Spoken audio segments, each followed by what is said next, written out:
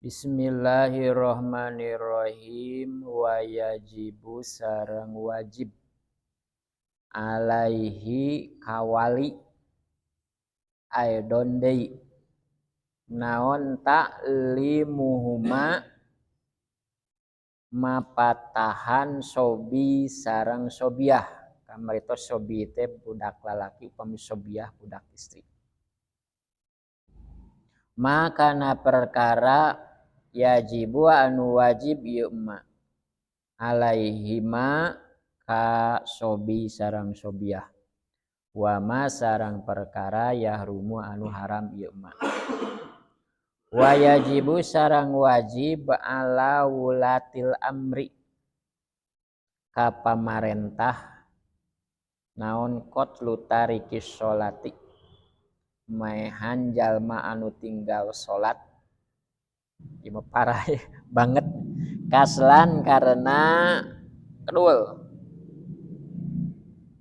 ilam yatub lamun teu tobat itu si tariki sholah wa hukmu sareng ari hukumna itu tariki sholah atanapi jalma muslimun eta Islam wa yajibu sareng wajib ala kulli muslimin kasaban-saban jalma Islam naon amru ahlihi marentah ahlina jalma biha kana salat wa qahruhum sareng maksana kullu muslimin wa ta'limuhum sareng mamatahanana kullu muslimin arkanaha kana pirang-pirang rukuna salat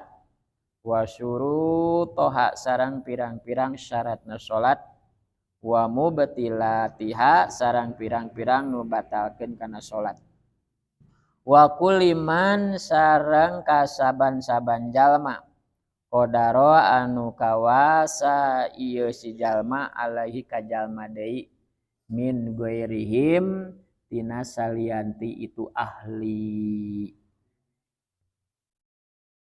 Salajengna dina ieu pasal masih kene netelakeun kawajiban wali. Wali teh kamari teh anu ngurus kitu nya. Lamun di keluarga, kepala keluarga. Wajib alaihi kawali aidon deui naon ta'limuhuma mamatahanana itu budak lalaki atanapi budak awewe ma yajibu kana perkara anu wajib alaihi maka itu budak lalaki jeung budak awewe. Jadi budak teh tina sajabina dipapatahan ilmu-ilmu salat budak wajib dipapatahan tajang anu kieu anu wajib hukumna teh anu kieu wajib dipigawena teh wa ma yahrumu jeung perkara anu haram anu kieu mah haram teu meunang kitu nya haram. Jadi budak teh sing tiasa misahkeun mana wajib mana haram mana kengeng mana teu kengeng maksudna mah kitu janten murang kalih teh kawajiban orang tua atanapi kawajiban wali. Salajengna deui wa yajibu ala wulatil amri wajib ka pamarentah naon qatlu tarikis sholati maehanana jalma nu tinggal salat. Ieu mah para bapak sadayana aduh kitu nya duka di mana dijalankeunana ieu mah kitu nya kalintang pisan kerasna kitu nya sehingga cenah pamarentah wajib maehan jalma anu tinggal salatna kaslan karena wegah atanapi karena kedul atanapi karena ingkar kitu nya karena ingkar sabab cenah naon pangna kudu dipaehan sabab keada cenah bakal merembet kanu lain-lainna deui kitu nya ka jalma-jalma anu lainna deui tapi ieu mah di Islam oge asa teu aya kitu nya asa teu aya tapi katerangan aya anu nguningakeun kieu dipaehan soteh illam yatub lamun henteu tobat itu lamun teu gura-giru tobat kumaha hukum Islamna wa hukmuhu sarang ari hukumna eta jalma teh muslimun eta Islam we kitunya sok sanajan dipaehan Islam maka kulantaran Islam wajib diadusan dan wajib dibungkus disolatan oge dikubur ieu mah nyelap cariosan musannif teh wajibu sareng wajib ala kulli muslimin kasaban saban jalma muslimin naon amru ahlihi marentah ahlina eta kulli muslimin biha kana salat wajib kasaban saban jalma muslim marentah ahlina biha kana salat manan disebatkeun ahli teh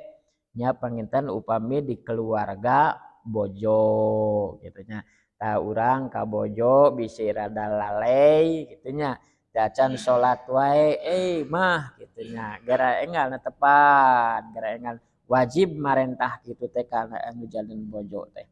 malihan dina Al-Qur'an nu diuningakeun kitu nya ya ayyuhallazina amanu qu anfusakum wa ahlikum naro hei jalma-jalma anu ariman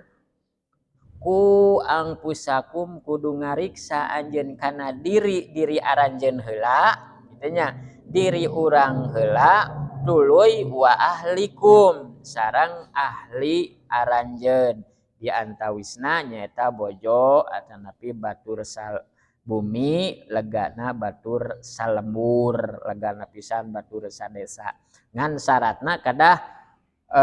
ku angpusakum heula diri pribadi heula memeh batur kitu nya naon engke bisi malikeun gitu kan budak ayeuna mah jang gara salat ari bapana can salat pan ari bapa ge acan salat habis kitu nya jadi bapana salat heula kitu nya sanggeusna salat nembe budak eta dipiwara nuhun-nuhun upami kalintang pisan sayeuna mah bapana tepan naon bapana salat budak dicanak kitu nya dituyun hayu jang urang ngatepan hayu urang berjamaah kitu nya urang berjamaah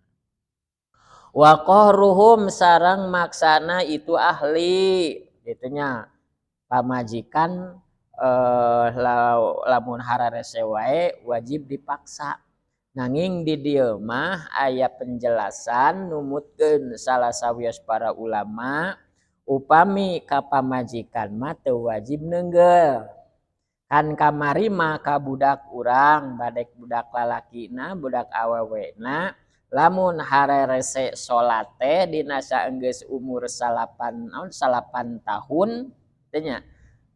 10 tahun satos yuswa 10 tahun mangka urang teh wajib nyepretna eta budak antara bitis antara lutut sareng dampal sampean nyepretna teh tapi cek di dieu mah upami ka bojo mah henteu wajib nyepret kitu nya naon margina metak panginten ditingali amrun horizna kitu nya amrun horizna tapi numutkeun Syekh Ibnu Hajar mah wajib cenah kitu nya wajib pamajikan oge hararese mah kitu nya dicepret eta menurut pendapat Ibnu Hajar ari Ibnu Hajar teh salah sawios ulama jumhur